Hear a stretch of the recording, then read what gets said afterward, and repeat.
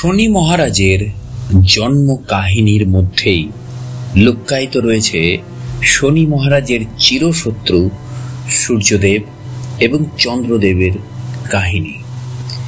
কেন শনি মহারাজের চিরশত্রু হচ্ছে সূর্যদেব এবং চন্দ্রদেব?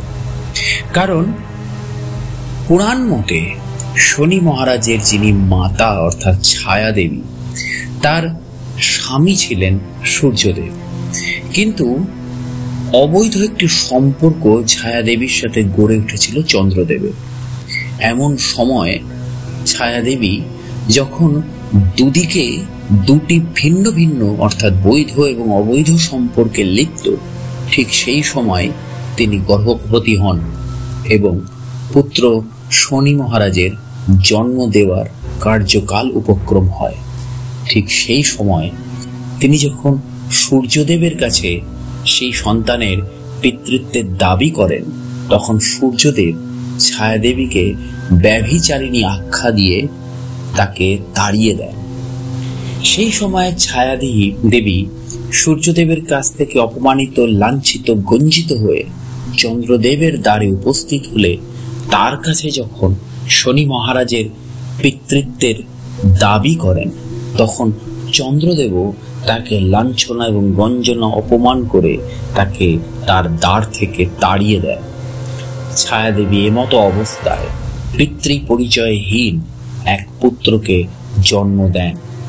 বায়োলজিক্যালি অর্থাৎ যদি বিচার করা যায় তাহলে সূর্যদেব কিন্তু শনি মহারাজের পিতা, কিন্তু শনি মহারাজ জন্মানোর পর ছায়াদেবীর কাছ থেকে যখন পিতার এই ব্যাখ্যা, তার জীবনের পিতৃত্বের এই ব্যাখ্যা জানতে পারেন এবং সূর্যদেব এবং চন্দ্রদেবের দুজনের দুটি ভিন্ন ধরনের সম্পর্ক অর্থাৎ বৈধ এবং অবৈধ সম্পর্কের ব্যাখ্যা যখন ছায়াদেবীর কাছ থেকে জানতে পারেন, তখন শনি মহারাজ প্রথম শাস্তি কিন্তু তার মাতা ব্যভিচারিণী ছায়াদেবীকে দেন এবং ছায়াদেবীকে যে অভিশাপ দেন মাতা হিসেবে, সেই অভিশাপে ছায়াদেবী অদৃশ্য হয়ে যায়। অর্থাৎ ছায়াদেবী দুজনের সাথেই থাকেন, অর্থাৎ সূর্যের সাথেও থাকেন এবং চন্দ্রের সাথেও থাকেন, কিন্তু কোনো ক্ষেত্রেই আমরা অর্থাৎ মনুষ্য জাতি, মানুষ অর্থাৎ ব্রহ্মার সন্তানরা, আমরা কিন্তু ছায়াদেবীকে স্পর্শ করতে পারি না। এরপর যখন শনি মহারাজ আস্তে আস্তে তার পিতৃপরিচয়হীনতাকে কাটিয়ে উঠে সমাজ বা নিয়তির বা সর্বসাধারণের বা সভ্যতার কর্মফলের বিচারক হতে চান, তখন তিনি দেবাদিদেব মহাদেবের সাধনায়, তপস্যায় বসেন। 1100 বছর ধরে সেই সাধনা, সেই তপস্যা শনি মহারাজের চলতে থাকেন এবং সূর্যদেব, চন্দ্রদেব এবং অন্যান্য যেসব দেবতা রয়েছে তাদের প্রত্যেককে সূর্যদেব শনি মহারাজের বিরুদ্ধে খেপিয়ে তোলে এবং প্রকৃতির বিন্যাস এবং এই 1100 বছর ধরে তপস্যা চলাকালীন অর্থাৎ দেবাদিদেব মহাদেবের তপস্যা চলাকালীন তার উপর দিয়ে অনেক রকম অত্যাচার সংঘটিত হয়। একটা সময় এসে দেবাদিদেব মহাদেব যখন শনি মহারাজের তপস্যায় আকৃষ্ট হয়ে তার সামনে উপনীত হতে যায়, তখন সূর্যদেব, চন্দ্রদেব সহ অন্যান্য দেবতারা তার পথ রুদ্ধ করে দাঁড়িয়ে তাকে অনুরোধ, অনুনয়, বিনয় প্রকাশ করে জানায় যে এই ছেলে যদি ক্ষমতা পেয়ে যায়, সে সভ্যতা এবং মানবতার ভাগ্যকে পরিবর্তন করে ফেলবে। কিন্তু দেবাদিদেব মহাদেব তিনি তো ভক্তের ভগবান, ভক্ত যদি তাকে ডাকে তিনি তো সেখানে উপস্থিত হবেন। আর এই ক্ষেত্রে তো 1100 বছরের তপস্যা।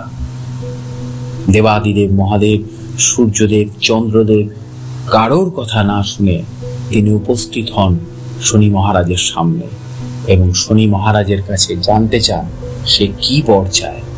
তখন শনি মহারাজ দেবাদিদেব মহাদেবের কাছে একটি মাত্র বরই প্রার্থনা করেন যে এই সভ্যতা, এই মানব জাতি, এই গোটা সমাজ ব্যবস্থার কর্মফলের বিচারক বা সফলতার বিচারক বা সমস্ত কিছুর বিচারক বা নিয়তির বিচারক যেন তিনিই হন। এবং সেই ক্ষেত্রে দাঁড়িয়ে দেবাদিদেব মহাদেব শনি মহারাজকে তার বক্র দৃষ্টির আশীর্বাদ প্রদান করেন এবং সেই দিন থেকেই শনি মহারাজ হয়ে ওঠেন সমাজের কর্মের বিচারক। এবং সেই সময়ের পর থেকেও শনি মহারাজের সাথে সূর্যদেব চন্দ্রদেবের একটা তীব্র লড়াই বিশ্ব ব্রহ্মাণ্ড জুড়ে হয়ে আসছে।